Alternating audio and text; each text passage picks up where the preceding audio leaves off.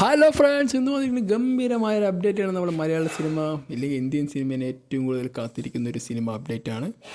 പാട്രിയോട്ടിൻ്റെ രണ്ടാമത്തെ ലുക്ക്. ഇല്ലെങ്കിൽ ആ പാട്രിയോട്ട് മൂവി എപ്പോഴാണ് ഇറങ്ങുന്നത് കാലോചിച്ചു നമ്മളിങ്ങനെ ഒരുപാട് ആകാംക്ഷയോടിരിക്കുന്നത്. കാരണം രണ്ട് ബിഗ് എംഎംസിൻ്റെ കുറേ കാലങ്ങൾക്ക് ശേഷം അവർ ഒന്നിക്കുന്നൊരു മൂവി. അതോടൊപ്പം തന്നെ അതിൽ ഏറ്റവും നല്ലൊരു വില്ലൻ റോളിൽ ചെയ്യുന്ന ഫഹദ് ഫാസിൽ, പിന്നെ അതിൽ എന്താണ് നമ്മൾ റോളെന്ന് ഇപ്പോഴും തിരിച്ചറിയാൻ പറ്റത്തിലുള്ള നമ്മുടെ സ്വന്തം കുഞ്ചകോവൻ. അങ്ങനെ ഒട്ടുമിക്ക കുറേ അടിപൊളി ക്യാരക്ടേഴ്സും അടിപൊളി നല്ല അഭിനയം കാഴ്ചവെക്കാൻ പറ്റിയ നല്ല അടിപൊളി പെർഫോമൻസ് ചെയ്യാൻ പറ്റിയ കുറേ കഥാപാത്രങ്ങൾ, കുറേ നല്ല നല്ല ആർട്ടിസ്റ്റുകൾ ഈ സിനിമയുടെ ഭാഗമായിട്ടുണ്ട്. അതിൽ രേവതിയൊക്കെ ഉണ്ട്, നല്ല സെറ്റപ്പായിട്ട് അടിപൊളിയായിട്ട്. എനിക്ക് തോന്നുന്നു ബ്യൂറോക്രാറ്റ്സുമായി ബന്ധപ്പെട്ടും അതിന് ദേശവിരുദ്ധമായിട്ടും ബന്ധപ്പെട്ടും അതിന് ദേശീയതയിലുണ്ടാകുന്ന കുറേ പ്രശ്നങ്ങൾക്ക് അങ്ങനെയൊക്കെ ആയിരിക്കുന്നതെന്ന് ഞാൻ വിശ്വസിക്കുന്നു.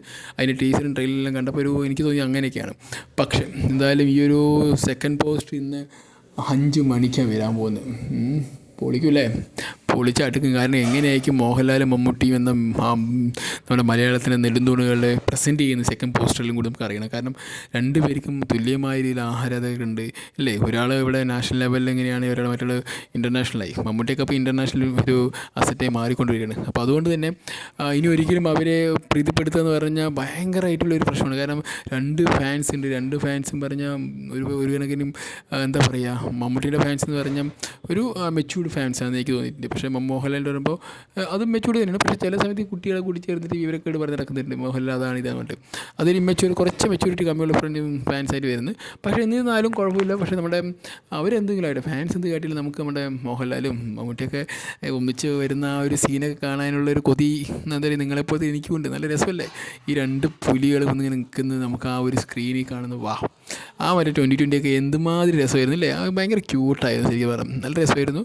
അപ്പോൾ എന്തായാലും ഈ ഒരു സിനിമ കാണാൻ നമ്മൾ ഫസ്റ്റ് ഷോ എന്തായാലും കയറിയിരിക്കും. അതിൽ യാതൊരുവിധ തർക്കവും ഉണ്ടാവില്ല. കാരണം എന്ന് പറഞ്ഞാൽ അങ്ങനെയാണ് നമ്മൾ അല്ലേ? നമ്മളുടെ ബിഗ് ഏത് ഇൻഡസ്ട്രി എടുത്ത് നോക്കിയാലും നമുക്കങ്ങനെ വലിയ നമ്മുടെ ഇൻഡസ്ട്രീൻ്റെ അപ്പുറം വരുന്ന വിജയ്ക്ക് മാത്രമേ ഈ കേരളത്തിൽ കുറച്ചുകൂടി ഫാൻ ബേസ് ഉള്ളൂ. പിന്നെ ഇപ്പോൾ അജിത്തൊക്കെ ഇറക്കി വരാൻ തുടങ്ങി, പിന്നെ തലവർക്കും ഉണ്ട്.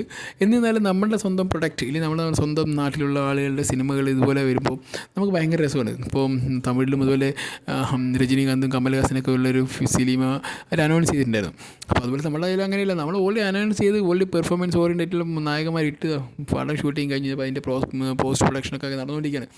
അപ്പോൾ നമ്മൾ ഏറ്റവും കൂടുതൽ ആകാംക്ഷയോടെ കാത്തിരിക്കുന്ന സിനിമയും കൂടിയാണ് പാട്രിയോട്ട് വന്നത്. കാരണം അതിഗംഭീരമായുള്ള ഡയറക്ഷനാണ് നമ്മുടെ സ്വന്തം മഹേഷ് നാരായണൻ പറഞ്ഞ വ്യക്തി. കാരണം അങ്ങേരുടെ ഒരു എന്താ പറയുക ക്രിയേറ്റിവിറ്റി പറഞ്ഞാൽ എനിക്ക് ഭയങ്കര ഇഷ്ടമാണ്. ഒന്നാമത്തെ അദ്ദേഹം എടുത്തിട്ടുള്ള പല സിനിമ നോക്കുകയാണെങ്കിലും എല്ലാം തന്നെ ഒന്നിനൊന്നിനും ഒരു വ്യത്യസ്തമായ ജോണറായിരിക്കും. അതിൽ വ്യത്യസ്തമായ ജോണറാണെങ്കിൽ പോലും അദ്ദേഹത്തിൻ്റെ കഥ പറയുന്ന രീതിയും ആ ഒരു നമ്മളെ കൊണ്ട് ത്രില്ലടിപ്പിക്കുന്ന രീതിയിലുള്ള ആസ്വദിക്കാനുള്ളൊരു ആ ഒരു രംഗങ്ങളൊക്കെ അദ്ദേഹം വലിച്ചു കൊണ്ടുവരും. എന്നിട്ട് നമ്മളെങ്ങനെ കോരി തരിപ്പിക്കും കുറച്ച് സീനൊക്കെ. നല്ല രസമായിരിക്കും. അദ്ദേഹത്തിൻ്റെ കഥ പറച്ച രീതി ഭയങ്കര ഒരു ആസ് എ ഡയറക്ഷൻ വ്യൂ അദ്ദേഹത്തിൻ്റെ ഒരു പെർഫെക്റ്റാണ്. പക്കം ഇറ്റ്സ് എ സിനിമാറ്റിക് എന്ന് പറയുന്ന രീതിയിലേക്ക് വരും. എന്തായാലും നമ്മളിതിൽ വരുമ്പം മമ്മൂട്ടി എന്താണ് ചെയ്യുന്നത്, മോഹൻലാൽ ആർമി പേഴ്സൺ എന്ന് പറഞ്ഞു. മമ്മൂട്ടിയുടെ ക്യാരക്ടർ എന്താണെന്ന് എനിക്ക് ബ്യൂറോക്രാറ്റ്സ് തന്നെ ആയിരിക്കും തോന്നുന്നു അല്ലേ? മറ്റേ കുഞ്ചകോവൻ എന്തായാലും അദ്ദേഹത്തിൻ്റെ പോസ്റ്റെല്ലാം കാണുമ്പോൾ അദ്ദേഹം എന്താണ് നമ്മുടെ പൈലറ്റായിട്ട് എനിക്ക് തോന്നിയത്. പിന്നെ മറ്റേ പുള്ളി പിന്നെ എയർഫോഴ്സോ അങ്ങനെ എന്തൊക്കെയായിട്ട് തോന്നി, എനിക്കറിയില്ല. ഇത് നമ്മൾ ഡ്രസ്സിങ് കണ്ടുകൊണ്ട് പറയുന്നതാണ്. പക്ഷേ എന്തായാലും പടം വരുമ്പോൾ കിടുകിടുക്കാച്ചി വരില്ല, ആ ഒരു ലെവലായിരിക്കും. കാരണം ഇതുവരെ ഉണ്ടായിട്ടുള്ള എല്ലാ റെക്കോർഡുകളും ചിലപ്പോൾ അന്ന് തൂക്കാൻ പറ്റും.